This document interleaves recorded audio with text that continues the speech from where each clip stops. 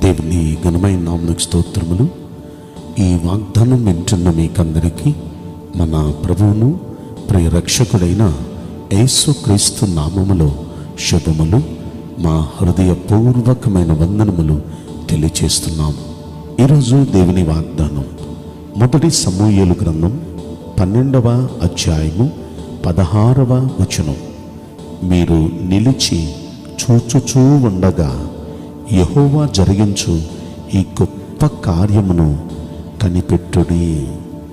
ఈ మంచి వాగ్దానం మనందరి వెనుకడిలో మన మంచి దేవుడు నెరవేర్చునుగాక.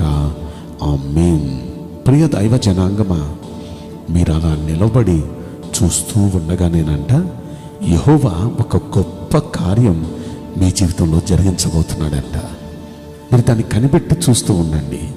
ఒక గొప్ప కార్యం ఆయన చేయబోతున్నాడు. ఇప్పుడు మీరు అలా చూస్తూ ఉండగానే ఎంత అద్భుతంగా ఉంది. ఈ రోజున వింటున్న అందరి జీవితాల్లో ఇలా గొప్ప కార్యం మీరు చూస్తూ ఉండగానే జరిగితే ఎంత బాగుండు.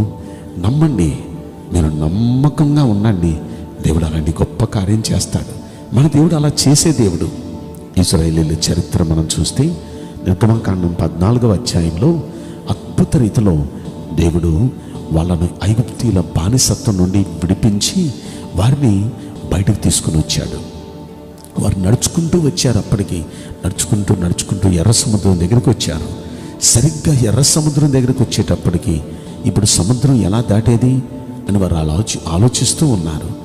వీళ్ళు ఆలోచిస్తూ ఉండగానే ఇన్ని లక్షల మంది, దాదాపుగా 20 లక్షల మంది ఈ సముద్రాన్ని ఎలా దాటాలి అని ఆలోచిస్తూ, ఎటు వెళ్ళాలి అని ఆలోచిస్తూ ఉండగా ఈలోగానే వీళ్ళని తీసుకుని మళ్ళీ వెనక్కి తీసుకువెళ్ళిపోదాం అని ఐగుప్తీయులు ఇనుప రథాలు గుర్రాలు వేసుకుని వచ్చేసారండి.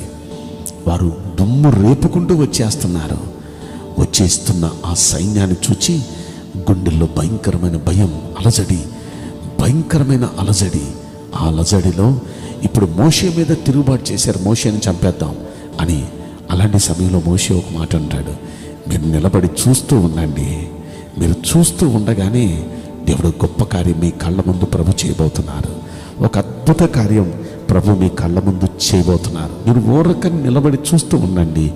నేటి వరకు మీరు చూస్తున్న ఈ ఐగుప్తీయులు ఇక మీదట ఎప్పుడు మీకు కనపడరు. మనం ఈ మాటలు చదువుకోవాలనుకుంటే నిర్గమకాండం 14వ అధ్యాయంలో 13వ వచనం కానుండి మీరు చదువుకోండి. నిశ్చయంగా మోషే అన్నాడు. వాళ్ళని నమ్మి వాళ్ళు ప్రార్థన చేశారు.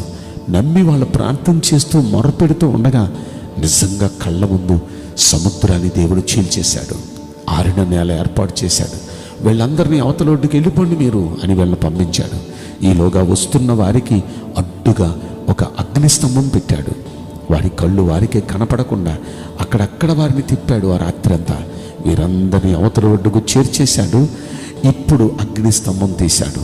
కళ్ళ ముందు సముద్రం చీలిపోవటం వీళ్ళంతా చూచి ఈ శత్రు సమూహం, అరే మనం కూడా వెళ్ళిపోతాం రండి అని ఆ సముద్రంలోకి వాళ్ళంతా దూకారు. వాళ్ళు కూడా వచ్చేస్తున్నారు. సముద్రంలో సగం దూరం రానిచ్చి వాళ్ళందరూ చూస్తూ ఉండగా, ఇశ్రాయేలీయులు చూస్తూ ఉండగా కళ్ళ ముందు 2 పాయలు మళ్ళీ కలిపేశాడు. ఆ సముద్రంలో వీళ్ళంతా మునిగి చనిపోయారు. అంటే ఎంత అద్భుతం! నిలిచి చూస్తూ ఉండగానే అద్భుత కార్యం చేశాడు దేవుడు.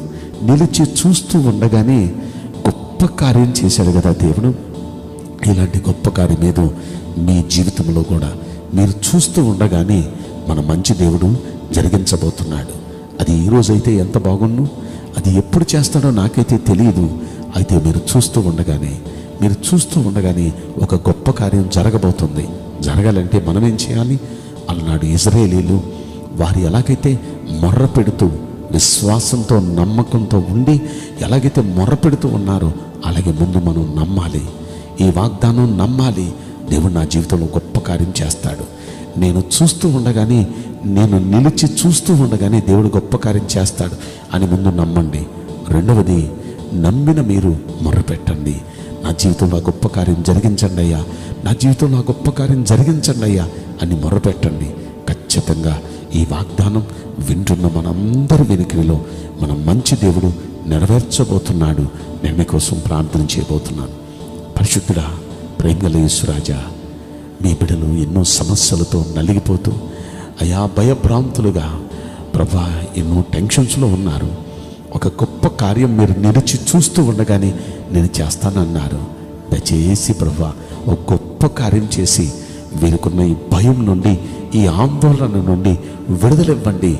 మీరే మెండుగా నీ బిడ్డలకు సహాయం చేయమని ఈ కొద్ది మనవులు నజరుడైన యేసుక్రీస్తు ప్రశస్తమైన నామములో మిక్కిలి వినయముతో ప్రార్థించి బ్రతిమలాడి వేడుకుంటున్నాం ప్రియ పరలోకపు తండ్రి.